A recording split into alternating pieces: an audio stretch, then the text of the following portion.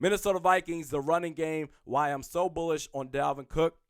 Talked about this a lot, but going to do a little bit more of a deep dive here. The reason why I think that Dalvin Cook is going to have his breakout season, why you should expect it to in 2019, this is all, of course, pending that he stays healthy. Two reasons. Number one, Gary Kubiak, his influence on the offensive side of the ball, a balanced offensive attack. He's going to make sure that we run the ball a healthy amount of times. Last year, 2018, Coach Zimmer complained a lot about John DeFilippo and how we weren't running the ball enough. And it's interesting because despite the crappy offensive line that we had last year, 2018, I looked up Dalvin Cook's stats and I was like amazed by this.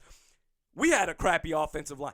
Dalvin Cook, this dude still managed to average 4.6 yards per carry. And I'm like, what? Like, mind blown. I'm like, he still managed to do that? Because I don't know what the advanced analytics stat is, but just the eye test alone, looking at Dalvin Cook last year, this dude has so much pressure to deal with where he was seemingly facing contact every single time, or at least 90% of the time, either at or before he approached the line of scrimmage. Damn near as soon as he gets the ball handed off to him by Kirk Cousins, he's basically getting contact, and then he's getting yards after the contact. That's a very impressive year that he had last year, despite the games that he missed.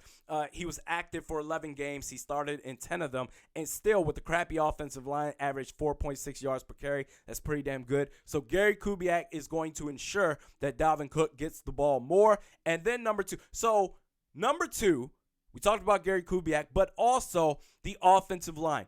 I think the pass protection is going to be better, like the additions that we've made. I think the pass protection is going to be better. I know the run blocking is going to be better, specifically because we added on Garrett Bradbury, our first-round draft pick out of NC State, and also we have a healthy Pat Elflein. So I think our run blocking is going to be tenfold better than last year. So because of that, Dalvin Cook won't have to necessarily worry about dealing with contact initially right away as soon as he gets the ball. He's going to have a lot more gaps to work with where he can have easy runs and a lot more chance for breakout opportunities, 20, 25, 30-yard runs and everything, so on and so forth. So that alone, Gary Kubiak and a better run-blocking offensive line is why he should have a breakout year. Now, beyond that, going even deeper than that, and why I think he's going to be your 2019 Minnesota Vikings MVP, any other team, right? Any other team in the world that has a strong running game, you would think, okay, we're going to stack up the box, and we're going to shut this running game down, and we're going to, like, let's say it's the Cleveland Browns, right? Let's say it's the Cleveland Browns. Duke Johnson, he's going off for however many yards. Who's the other running back they got? Was it Nick Chubb? I think it's a Chubb. I can't remember which one. But anyway, the Browns, let's say one of their running backs, they go off and they're kicking ass and all, and that's all fantastic. And you say, okay, let's bring one of the safeties up into the box. So whether it's a 4-3 or 3-4 man front that you're running on the defensive side of the ball, you can have 8 men in the box to shut down the running game, okay? And then Jarvis Landry, he's pretty good. Odell Beckham Jr., you could have that second safety that's over the top that's still back in coverage. You could have him double team with the corner on Odell Beckham Jr. And Jarvis Landry, he's pretty good. He's a pretty good, either average to a pretty good receiver to where it's like, okay, if you have a decent cornerback, I'll take my chances with single coverage on him. With the Vikings, you can't afford to do that because if you bring a safety up top into the box and all of a sudden you have only one safety, you have a single safety set on the defensive side of the ball, you're leaving single coverage on either Stephon Diggs or Adam Thielen to where it's like, okay, Kirk Cousins can take advantage with that, either just dropping back and throwing off a pass or play action to set up the pass.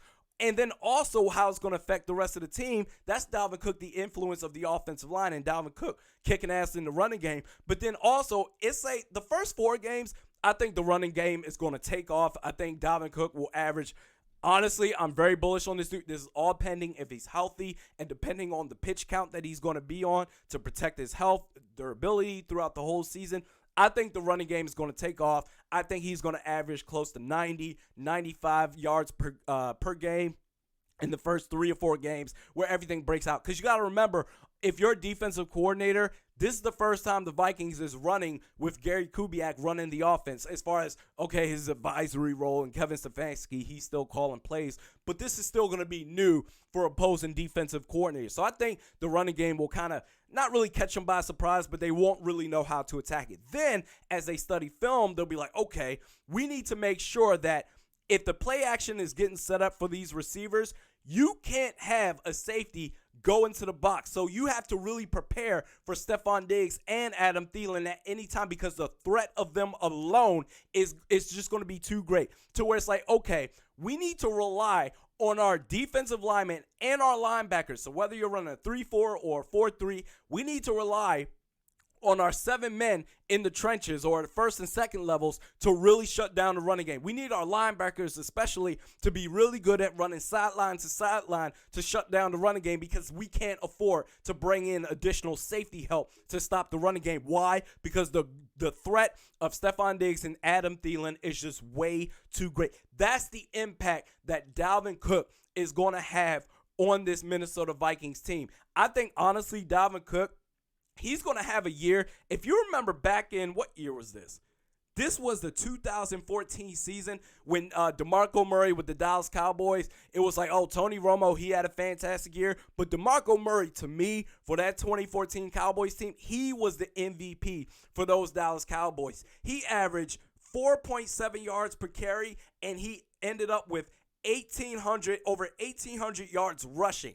I don't expect that from Dalvin Cook, not nearly as much with that, but he could, if he stays healthy, he could easily break 1,500 yards rushing. I'm just telling you right now. That's the influence that Dalvin Cook will have on this offense. I am so bullish on this offense. I think it's going to be balanced, and I think because you have to always play fair, you have to play honest. If you're a defensive coordinator, things are just going to open up. So either Dalvin Cook is just going to run like hell over everybody with the offensive line having better run blocking protectors up there, Garrett Bradbury and a healthy Pat Elflein, or he's going to create opportunities to where if a defensive coordinator is stupid enough to put a safety in the box, you put an 8-man front, much like we saw with Adrian Peterson during those years with Tavares Jackson and Christian Ponder, then damn it, Kirk Cousins will take advantage and throw in single coverage to Adam Thielen or Stephon Diggs. Dalvin Cook is going to make everybody else's job a hell of a lot easier. So moving forward from that, we're going to talk about the expectations, or not really the expectations, but what to look forward to depending on how the 2019 season goes, what to look forward to for the Vikings brass, what will happen, will they stay, will they go, and then also on the front of Trent Williams, there's been an update with that. We'll talk about that. But first, if you didn't catch this last week, the extended podcast, it's on SoundCloud. You can check it out. Just search up Realistic Randy. You'll find it there. Chances are, so this will be the first segment that's on there. Chances are, if you're watching this video right now and you all of a sudden go to the audio podcast, there's a chance that you don't want to hear this segment again. So just check the description in the SoundCloud podcast, and you'll see the times of each segment. So that way you can skip right to it. The link to the SoundCloud, if you don't feel like searching for it, will be in the description of this video here.